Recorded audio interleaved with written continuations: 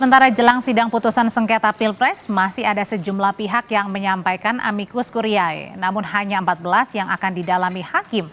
Alasannya ada mekanisme pembatasan agar tak mengganggu proses pembahasan hingga pengambilan keputusan. 14 amicus curiae yang didalami adalah yang masuk sebelum tenggat waktu 16 April 2024 pukul 4 sore. Meski didalami, namun juru bicara MK, Fajar Laksono menegaskan tidak semua amicus curiae akan menjadi bahan pertimbangan hakim.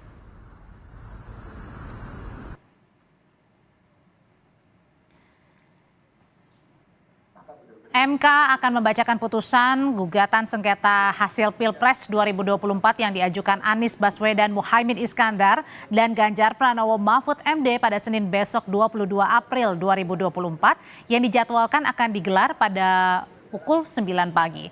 Adapun sejak tanggal 16 hingga 21 April 2024, Hakim Konstitusi ini melangsungkan rapat permusyawaratan hakim atau RPH guna memutus perkara tersebut. Dan MK juga telah menerima puluhan amicus curiae yang diajukan berbagai pihak. Putusan atas gugatan perselisihan hasil pemilihan umum Presiden dan Wakil Presiden 2024 akan dibacakan pada Senin pagi 22 April 2024. Ada jurnalis Kompas TV Francisco Donasiano yang saat ini berada di gedung MK. Sisko, jadi bagaimana dengan penjagaan jelang sidang putusan sengketa Senin besok? Adakah mungkin rekayasa lalu lintas yang akan diberlakukan mulai besok? Baik, selama RPH yang dilakukan oleh Majelis Hakim ataupun juga Hakim Konstitusi di gedung MK ini memang berjalan secara maraton, Audrey dan juga saudara. Nah, memang kalau dari pantauan kami belum ataupun juga masih belum ada keterangan resmi dari pihak kepolisian, sehingga masih kami gali terlebih dahulu apakah nanti akan dilakukan penjagaan ataupun juga rekayasa arus lalu lintas. Namun, kalau kita berkaca pada kejadian-kejadian ataupun juga masa aksi yang digelar di sekitar khususnya adalah patung kuda ataupun juga patung Arjuna Wiwaha sendiri, kalau kita lihat akan ada pengalihan arus lalu lintas namun secara situasional, Audrey dan juga saudara. Pembatasannya kalau kita berdasarkan pada masa aksi tersebut, Audrey dan juga saudara, ini akan dilakukan biasanya pembatasan dengan penutupan jalan dengan menggunakan beton seperti itu.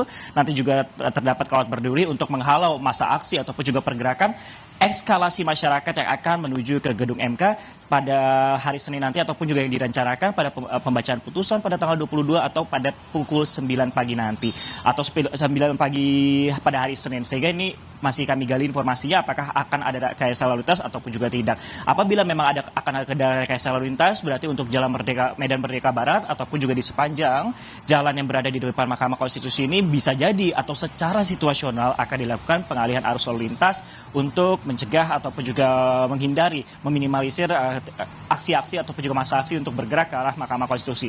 Nah, terkait dengan sterilisasi juga, kalau kita pantau untuk di Mahkamah Konstitusinya saja atau dalam internalnya saja, Audrey dan juga saudara, ini juga untuk akses masuk yang biasanya ini ada 4 lajur kendaraan yang bisa berjalan seperti itu di Medan Merdeka Barat. Namun untuk di pintu masuknya ini juga dibatasi oleh pagar beton seperti itu dengan kawat berduri untuk meminimalisir kendaraan yang kemudian masuk, ataupun bahkan di bagian dalamnya sendiri untuk akses masuk lift ini juga diperketat hingga dari lantai 1 hingga lantai 15 karena lantai 16 ini digunakan untuk RPH Majelis Hakim. Sehingga itulah sejumlah pembatasan ataupun juga sterilisasi yang dilakukan baik dari pihak kepolisian ataupun dari internal jelang setidaknya 40 jam lagi kalau berdasarkan juga jadwal pada hari Senin pukul 9 pagi. Sehingga ini yang masih kami nantikan bagaimana apakah berjalan secara kondusif ataupun juga atau tidak. Ini kita akan lihat bagaimana eskalasinya nanti akan terjadi pada hari Senin. Audrey. Sisko, ini kan ada puluhan amicus curiae yang diserahkan, tapi 14 saja yang diterima. Sebenarnya seberapa besar amicus curiae ini bisa memengaruhi keyakinan hakim dalam mengambil keputusan?